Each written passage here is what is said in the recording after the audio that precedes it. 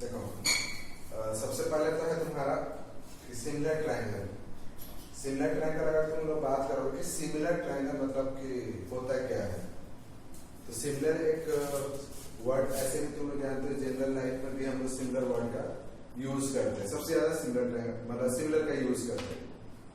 Similar का मतलब होता है एक जैसा, ठीक है।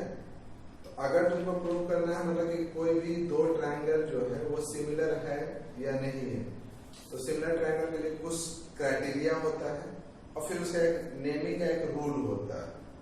जैसे तैसे तुम नेमिंग नहीं कर सकते हो। तो पहला तो इसमें बेसिकली दो ही क्राइटेरिया होता है। एक तो होता है एंगल। मान लीजिए मेरे पास ये एक ट्रायंगल है ABC, ABC be any triangle, कोई भी मान लीजिए एक ट्रायंगल ABC है और दूसरा कोई ट्रायंगल है मान लीजिए PQR, P Q और R, ठीक। ये दो ट्रायंगल मेरे पास दिया हुआ है और इसमें ये भी दिया हुआ है कि इसका जो एंगल B है वो इसके P के बराबर है। इन दो ट्रायंगल में एंगल B एंगल P के बराबर है और यहां से एंगल C एंगल Q के बराबर है। मतलब कि इस ट्रायंगल का दो एंगल और इस ट्रायंगल का दो एंगल आपस में बराबर है, समझे। इसमें दो एंगल और इसका दो एंगल आपस में बराबर है। तो इसको हम लोग कहेंगे ना कि ये एंगल से, ये क्राइटेरिया जो लगेगा यहाँ पर कहेंगे एंगल से ये दोनों ट्रायंगल आपस में सिमिलर है। Both triangles are similar. किस क्राइटेरिया से? तो एंगल। तो हम लिख सकते हैं फ्रॉम एंगल। यहां पर आएंगे फ्रॉम एंगल। यहां पे जो क्राइटेरिया रहेगा वो लगेगा एंगल से। और फिर यहाँ पर लिख देंगे नेमिंग में यहाँ पहला जो ट्रायंगल है उसका नेमिंग तुम अपने मन से जो करना है कर दो। ट्रायंगल ABC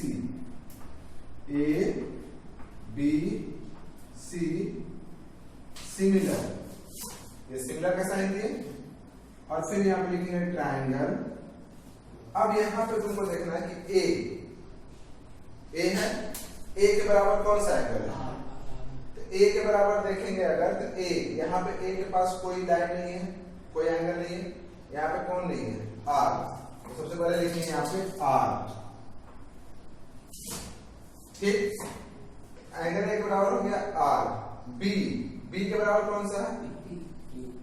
बी के बराबर है तुम्हारा P, यहां पर फिर लिखेंगे P, ठीक।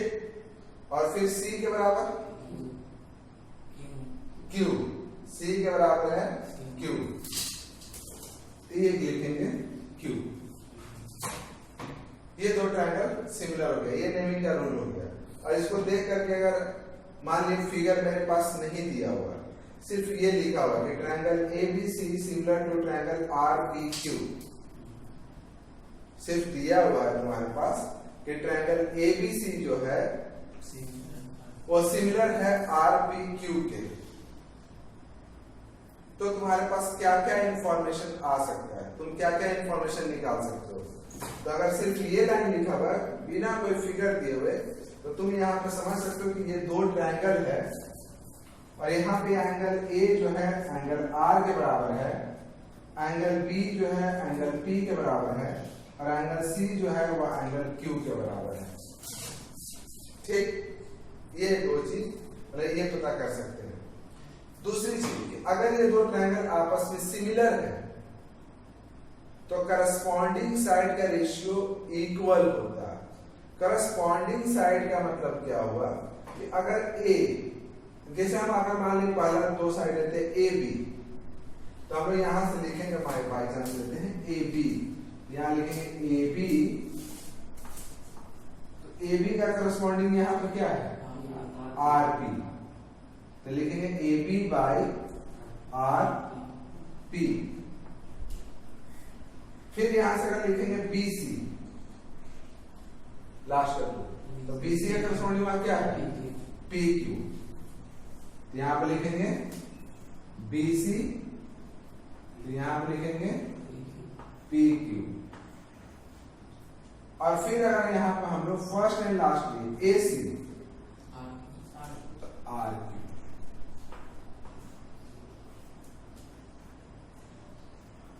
समझे? मतलब कि अगर दो ट्रायंगल सिमिलर हो, मतलब हो गया या कर दिए, या दो ट्रायंगल को अगर तुमको सिमिलर करना हो तो सबसे पहले तो उसका दो एंगल को बराबर करेंगे। दो एंगल बराबर करके फिर हम नेमिंग करेंगे। एक बार अगर नेमिंग हो गया तो फिर उसी के अकॉर्डिंग हम करस्पॉन्डिंग साइड के रेशियो को इक्वल कर देंगे। ठीक ना? अच्छा, उसी तरह से एक और क्राइटेरिया होता है। ये तो हुआ तुम्हारा एंगल। दूसरा होता है एक और क्राइटेरिया सिमिलरिटी में, side angle side angle side. लेकिन ये कंग्रुएंसी की तरह नहीं होता है। कंग्रुएंसी में होता है कि अगर दो ट्रायंगल को कंग्रुएंट करोगे, जो 9th क्लास में जो पढ़ना था, तो दो ट्रायंगल लेते थे जिसका दो साइड इक्वल हो और बीच का एंगल इक्वल हो, तो साइड एंगल साइड से हम कंग्रुएंट कर देते थे। यहां पे दो साइड इक्वल नहीं होता है, दो साइड का रेशियो इक्वल हो। अगर दो साइड का रेशियो इक्वल हो और बीच का एंगल इक्वल हो, तो हम कहेंगे कि वो दो ट्रायंगल आपस में सिमिलर है। फॉर एग्जाम्पल, मान लीजिए कि हम यहां पे एक ट्रायंगल लेते हैं A B C, और फिर यहां पे हम लिख लेते हैं P Q और R, ABC और PQR। हम यहां पे देखिए AB जो है वो है मेरा 4 और AC लेट्स ये मान लीजिए मेरा है 5। ठीक, AB मान लिया मेरा 4 है और AC मान लिया मेरा 5 सेंटीमीटर। ये हम मान लिया, लिख देते हैं यहां पे सेंटीमीटर। और यहां पे देखें कि जो PQ है वो PQ दिया हुआ है 2 सेंटीमीटर, 2 सेंटीमीटर, और QR दिया हुआ है 2.5 सेंटीमीटर। PQ दिया हुआ 2 सेंटीमीटर और QR दिया हुआ 2.5 centimetre.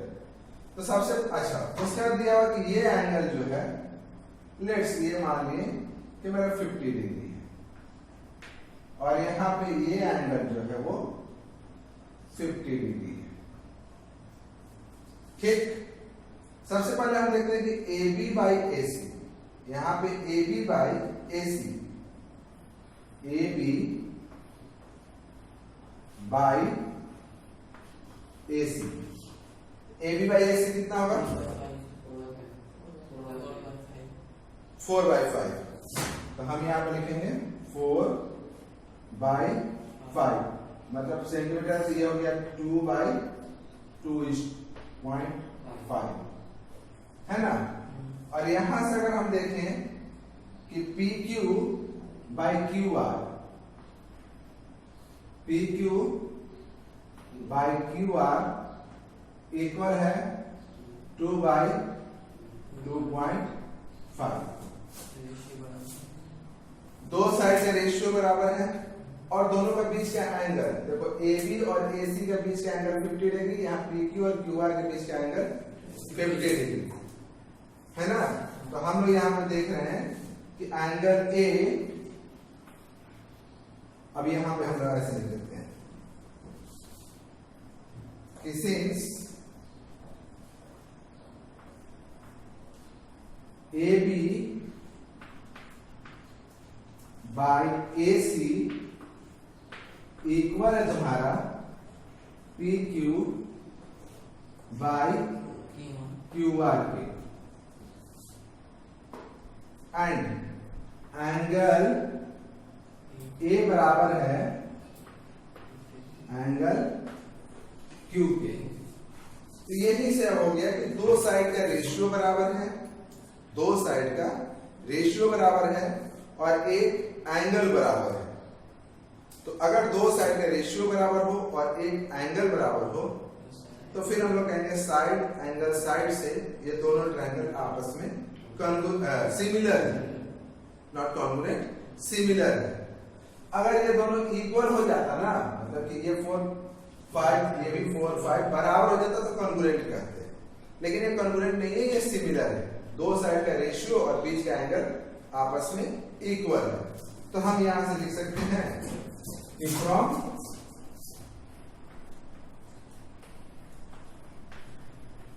Side angle side triangle, अब यहां से नेमिंग कर देते A B C, similar triangle. अब यहां पे क्या लिखेंगे?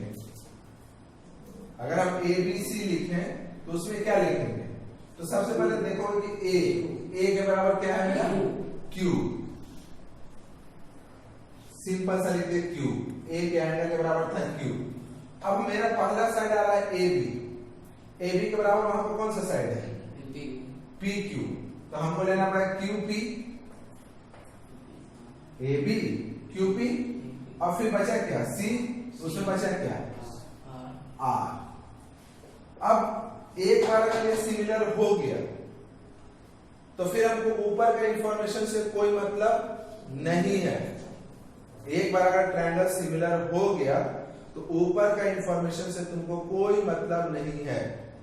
अब इसको सिर्फ ये वाला सिर्फ देख करके, मान लीजिए सिर्फ हम इतना देखेंगे ये वाला, और इसको देख करके हम बता सकते हैं कि अगर triangle A B C similar है पी क्यू आर के, तो एंगल ए बराबर होगा एंगल क्यू के, एंगल बी बराबर होगा पी के, सी आर के। ठीक ना? यहां से ए क्यू के, बी पी के, सी आर का। ए बी बाय में आया क्यू पी बराबर बी सी बाय में P R, A C by में क्यू आर। समझे? ये नेमिंग का एक सिंपल सा रूल होता है कि हम लोग किस तरीके से सिमिलर ट्रायंगल का नेमिंग करेंगे। बेसिकली यहाँ पर दो ही क्राइटेरिया होता है, ज्यादातर हम इसका यूज करेंगे, ज्यादातर इसका यूज करेंगे एंगल का। ठीक ना? और हमेशा याद रखना है कि अगर दो ट्रायंगल आपस में सिमिलर हो तो करस्पॉन्डिंग एंगल भी बराबर होता है और करस्पॉन्डिंग साइड का रेशियो इक्वल होता है। ठीक, अब हम एक और मान लेते हैं कि यहां पे ले लेते हैं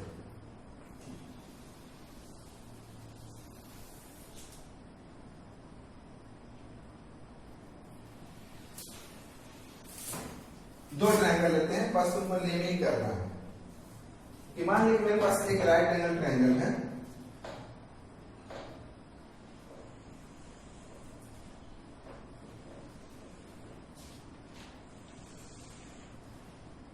ABC is a right angle triangle. ABC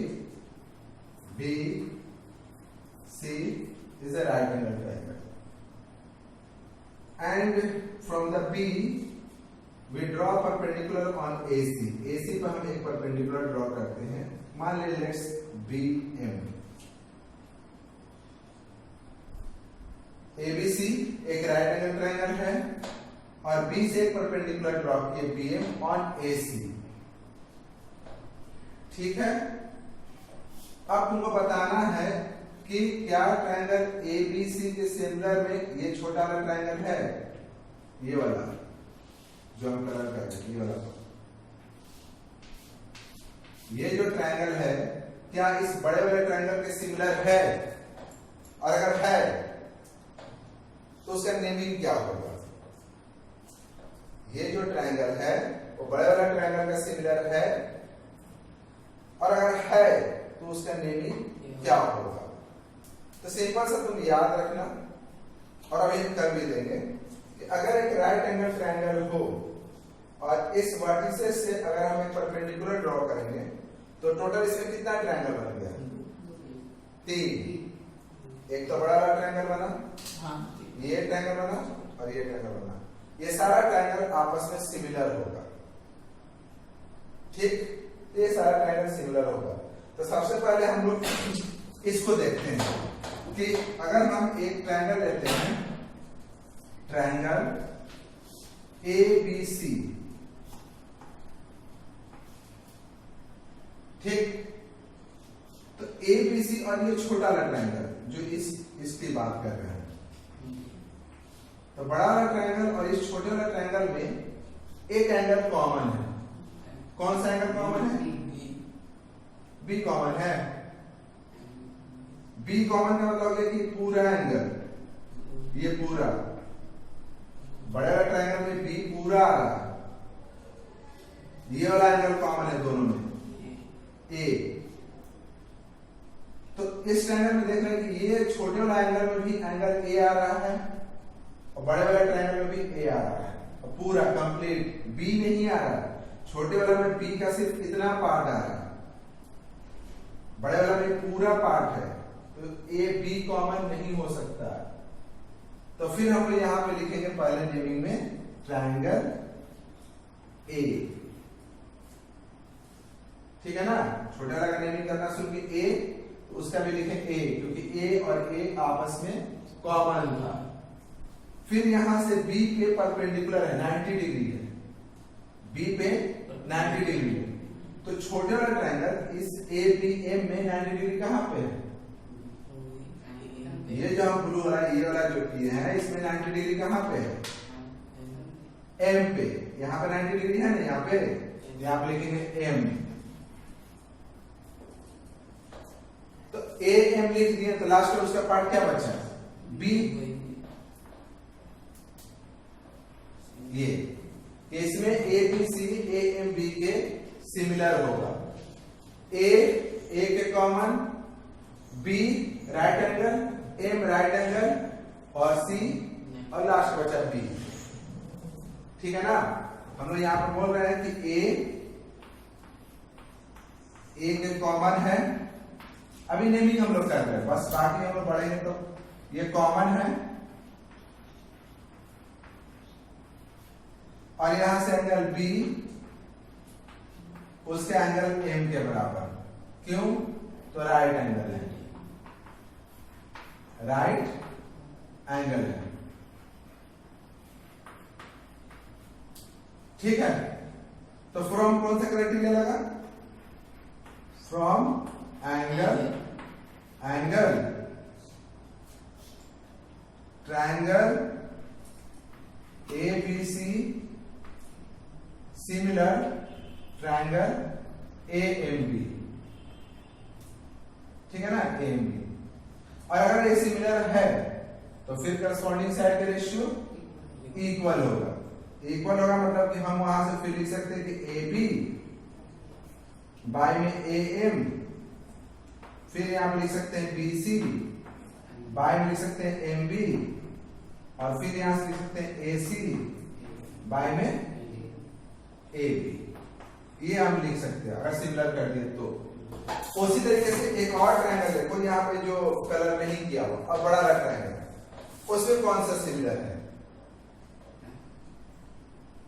अगर इसमें देखो ये ट्रायंगल, छोटा वाला ट्रायंगल और बड़ा वाला, उसका नेमिंग क्या होगा?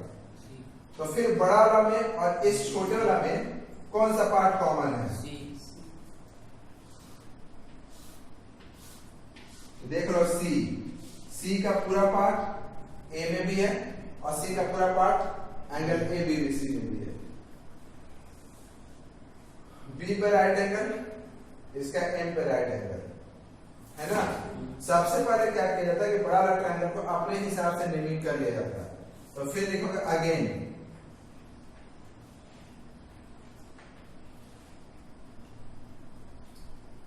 Triangle A B C similar हो जाएगा ट्रायंगल सी। सी कॉमन है, इसमें भी नेमिंग में हम सी सबसे लास्ट में लिखेंगे। यहां पर बी पे राइट एंगल, बी पे राइट एंगल, उसका राइट एंगल कहां पे? एम पे। अब उसका कौन सा पार्ट बचा? ये ट्रायंगल है ना, बी, स्टार्टिंग में। क्यों? तो यहाँ पे सी कॉमन है, बी एम के बराबर है राइट एंगल। यहाँ पे फिर लिख लो कि एंगल सी कॉमन है,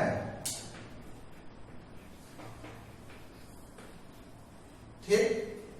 एंगल बी बराबर एंगल एम राइट एंगल है, राइट एंगल। तो फ्रॉम कौन सा क्राइटेरिया? एंगल ट्रायंगल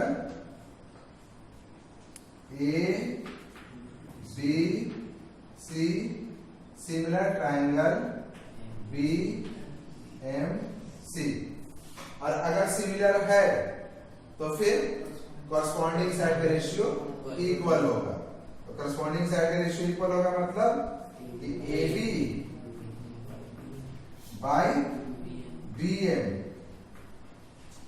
इक्वल होगा बी सी बाय में एम सी, और इक्वल होगा ए सी बाय में बी सी। समझे? ये क्राइटेरिया था, ठीक है ना? इसको उतारो पहले।